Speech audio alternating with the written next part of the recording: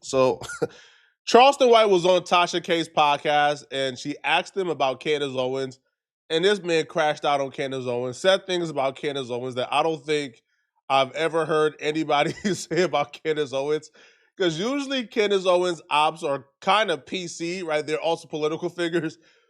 Charleston White just unleashed, man. It just went too crazy, bro. I felt bad for Candace Owens after this rant. I always wanted your thoughts because I don't see you talk about her much, Candace Owens. You don't ever talk about it. I guess maybe because the podcast don't really go there and they don't. I got a great deal of respect for her. Okay. But then I don't because she got a white boyfriend. She got a white husband. Where do her confidence come from? Her husband. There you go. Yeah. That's where mine come from. There you go. So that's where she lose me at. Because it's... a white man ain't for us, for what she talking. For her to be so brutal and convicted by the things she say to us and go in there and eat that white dick, her lip needs to be closed to the black folks. She can't talk to she eating white dick. Charleston White has openly admitted he just say things. So I don't know if this is Charleston White being the character Charleston White or if this is Charleston White being himself. If this is a real opinion, it's a dumb opinion, it's stupid, it makes no sense whatsoever, it's hypocritical, I would say. Charleston White has biracial children. Charleston White's ex-wife was a Mexican. Does that mean that Charleston White can't speak up for black people? Absolutely not. Does that mean that Charleston White's heart isn't committed to black folks? Absolutely not. Candace Owens having relations with her husband has nothing to do with what's in her heart. I can point to 20 other things that Candace Owens have done that will show you quicker that Candace Owens' rhetoric is dangerous for black people than who she sleep with or who she's married to. And when I say I can point to 20 things that Candace Owens have done that will show you quicker that, her philosophy is dangerous for black people, I'm referring to her philosophy. I don't think Candace Owens in her heart is saying or doing anything that she knows is detrimental to black people. I think Candace Owens in her heart truly believes that she's helping save black people, that she's helping lead black folks the right way. So at that point, I don't have a problem with the person, Candace Owens. It's the philosophy we just disagree on. I think that black sin nonsense that she started, right? Like taking black folks away from liberals and leading them into the arms of the right-wing white supremacists, I think that was counterproductive. But I just disagree with her philosophy. I would never question her, the person, or her intent. And I'm damn sure not pointing to who she sleep with as a clear indicator that she's against black folks or she can't speak on black issues because she's married to a white man. Okay. Now, the first person I heard with this philosophy was Umar Johnson. Umar Johnson, when he did his Breakfast Club interview early on, was one of the first people I heard who questions the legitimacy of someone's commitment to the black cause if they're married to a white person or if they deal with someone of the other race. You said mistake. People are going to be mad at you by saying he made a mistake by marrying a white woman. Sure. Why do you say that's a mistake? Because shouldn't it be the man fell in love with who he fell in love with? No, because marriage is a political decision. Who you marry tells me who you are. When you marry a woman, you don't just marry her. You marry her culture, you marry her community, you marry her people. You understand? So when a black man marries a white woman, he's making several clear points and messages he's sending out to his own people. Because there's no greater symbol of your loyalty to your struggle than to marry a sister who shares that struggle. Loving versus Virginia, and y'all need to see the movie. It just came out a few months ago. 1957, right about around that time, a white man named Loving from Virginia sued up to the Supreme Court for the right to marry a black woman. Up until then, several states still had anti-miscegenation law. After they struck down anti-miscegenation law across the country, 1957 or 67, somewhere within there, black men have married outside their race envy more than the men of all other races in America put together as a percentage. How do you explain that? Is love purely blind? I disagree. Love is a function of your values and your priorities. I would argue the reason black men marry white women is because they wish they were white themselves. And having the white man's prize, his queen, is a psychological symbol to myself that I am equal to him. So you can't be in love with white women and not at the same time feel inferior to white males. You know what's interesting? I like what you said about it. There are instances where somebody's entire identity is I don't date black people, right? Like we've seen these red pill weirdos who are like online and they call themselves passport bros and they travel and their whole thing is, oh, I'm a date a girl from Thailand because black women don't act right. Those dudes are weirdos, right? They have identity issues, right? Like those sentiments probably fit those dudes. But somebody who's just a normal person who just so happened to run across someone of the other race that they like and they get married to, that has nothing to do with their commitment to black people and the black struggle if they're choosing to do the work. Our problem ain't her problem no more. That white man treating her way worse than how we getting treated in society. When he white men are brutal. They're like cavemen sexually. They're not intimate. They'll stick their fist down your throat. If you know, yeah. He do keep her pregnant now. And he don't talk.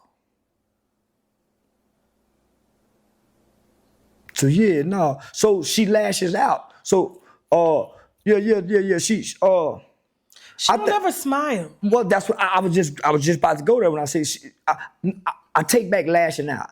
I see a lot of displaced anger.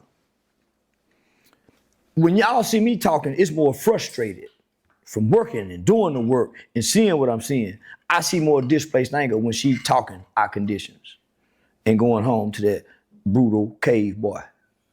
White boy brutal with that half-cooked dick. So, shit, everybody know that. Do you feel like black men just never... Why do you feel like Candace Owens is so hard on our community? Like, what do you think happened to her? Because she doesn't really talk about her upbringing. Because the community was hard on her, whether it was her mother. So you feel like white folks just accepted her? Well, the community was hard on me. I'm down here working with y'all kids, y'all with me, calling me a snitch. So that's where my frustration and lashing out came from. The community was hard on me. But you still black women though. Yeah, hell yeah, like.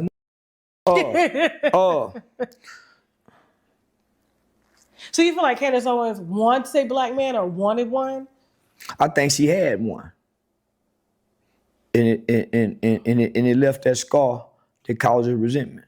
Oddly enough, no, black people was not harsh to Candace Owens. Black people actually stood up for Candace Owens. Like, Candace Owens became a conservative after her red pill moment. Like, when she did Joe Rogan and Fresh and Fit, she actually broke down what her red pill moment was. Her red pill moment was the governor of Connecticut. His son went to school with Candace Owens. Now, his son and a couple of like white dudes, right? They were like from like 14 to like 17. They sent Candace Owens some like voicemails. They called her and sent her voicemails for whatever reasons. They prank called her where they then threatened to hang Candace Owens and do certain things to her. Now, Candace Owens, apparently that got out. She told a teacher. The teacher then like made it a big deal. The kids got arrested. They were labeled racist, and then it all went away eventually after. Candace Owens felt like those kids who sent those voice notes threatening to hang her, she felt like those kids were unfairly treated because they were labeled a racist and they were arrested and their lives were ruined. And because of that is why she's now against cancel culture, and then ultimately led to her being, I guess, not a liberal anymore. Okay? That was her come to Jesus moment for the conservative movement. Candace Owens don't have this villain origin story with black folks. Like, black folks is not involved in Candace Owens' villain origin story. We did nothing to Candace Owens whatsoever. Candace Owens became a conservative because racist white folks did something to her and black folks stood up for her. Now, Charleston White will say that he believes that Candace Owens is avoiding him or ducking him in a debate. Now, I'll be real. I've heard Charleston say this about a lot of other people, and in those cases, I believe him, right? I think some people are scared to debate Charleston White or to talk to him. I don't think Candace Owens is one of those people, bro. Like, I don't think Candace Owens is scared to debate anybody on planet Earth. I don't think Candace Owens fears Charleston White intellectually. Like what reason would Candace Owens not want to debate Charleston White? And I'll be real. Dude, Candace Owens and Charleston White got much to debate about? Like, don't Charleston White align perfectly with what... Like, don't Charleston White and Candace Owens align politically? Yeah. But it's wise for her to avoid me. She don't have the black experience that I have. You can't shame me because I have a great mother. I was raised in American school system. I thrived in. I went into I didn't go into a prison system. I didn't go into a jail system. I went into a boarding school boys' home and was nurtured there. I got 2 kids by one woman whom I was married to. If you take me away from the things I say online and the internet persona, most people can't go back and forth with me. I was in my children's life. I don't have any felony convictions. I've never beat a woman. I don't have, you see what I'm saying? I don't have no abuse. So none of that centers over me. You can only keep me, and well, you said this online, but what have I done in life?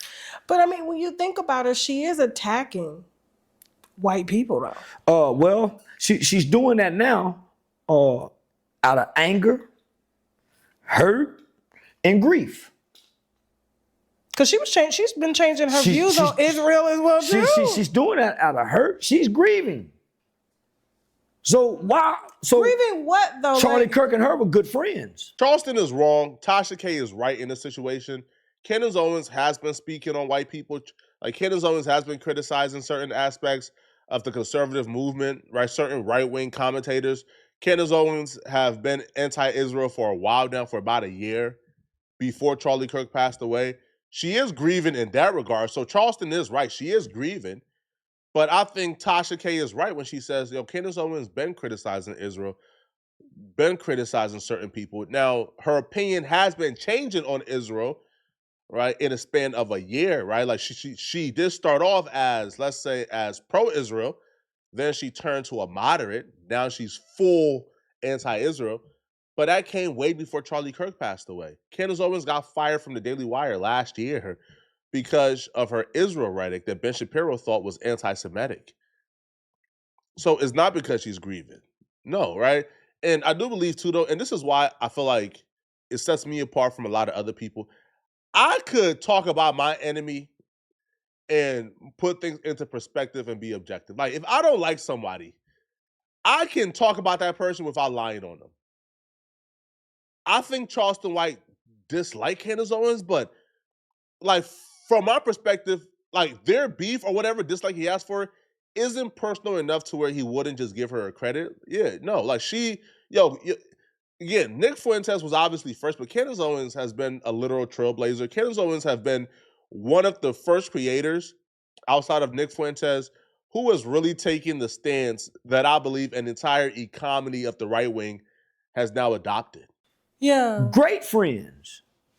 And all of a sudden he just comes up dead. And nobody have any real answers. So the grief, the first process of grief is shock, then anger. It's a process. Why do you think, even though you say the same people that killed JFK and we still don't know who they are? The shot was too perfect. Extremely perfect. Yeah, the shot was too perfect. It was extremely perfect, and it went straight. When a child is shooting, especially like in a black community, when we got guns, we shooting up the building. Bow, bow, bow, bow, bow. You see how they kill young Dolph? Yeah. And I don't talk about death, so my condolences are to the families that we're discussing right now. That's why I didn't discuss Charlie Kirk when he died, because I think about the aftermath of the family, the kids. So this what really made me come back and apologize. Because you did end up an apology. Yeah, well, because I didn't mean the things I really said. I'm pushing the limits of free speech. I'm not connected to nobody's death, so I don't grieve and feel sorry for death. My question is, who tricked us and believed us that death is a bad thing? Different cultures deal with death a little differently, so I'm not going to get into that aspect. I do believe that depending on what culture you are, death could be something you celebrate or something you mourn. But I do think regardless of what culture you are, like that hole your loved one leaves in your life, like that hole, right? Like their presence is always something to be sad about, right? Like you don't look at that hole you have to deal with every day and then think to yourself, yeah, this is something that I want. This is something that I'm happy about, right? Like, it's not like, you're sending this person off to the army and you miss them, but they're coming back. No, death is permanent. So when you have to deal with that hole and that missing presence, yeah, of course it's sad, right? And I don't blame Candace Owens for lashing out how she lashed out, right? Because right now, Candace Owens, some describe her as a mad woman. I'll be real. I think she's very intentional. I think she's very calculated. And I think Candace Owens knows what she's talking about most of the time. And I think Candace Owens right now is on a mission to figure out if there's anybody else involved outside of Tyler Robinson during this Charlie Kirk's death. And if there is other people involved, I think Candace Owens is 100% going to solve it, right? But I don't think, man, that just because Candace Owens is married to a white man, that Candace Owens is disqualified from talking about black issues, okay? I do believe that Candace Owens has some rhetoric that I don't agree with. But I do think ultimately, man, her heart is in the right place, to be honest. But y'all let me know in the comment section, what do you guys think, man? Do you guys agree with his analysis of Candace Owens, or do you not, right? And if you're still watching this video and you want to watch another good video, then click on this video right here to find out how the game just got exposed again. I'm gonna see you guys in this video somewhere on my screen.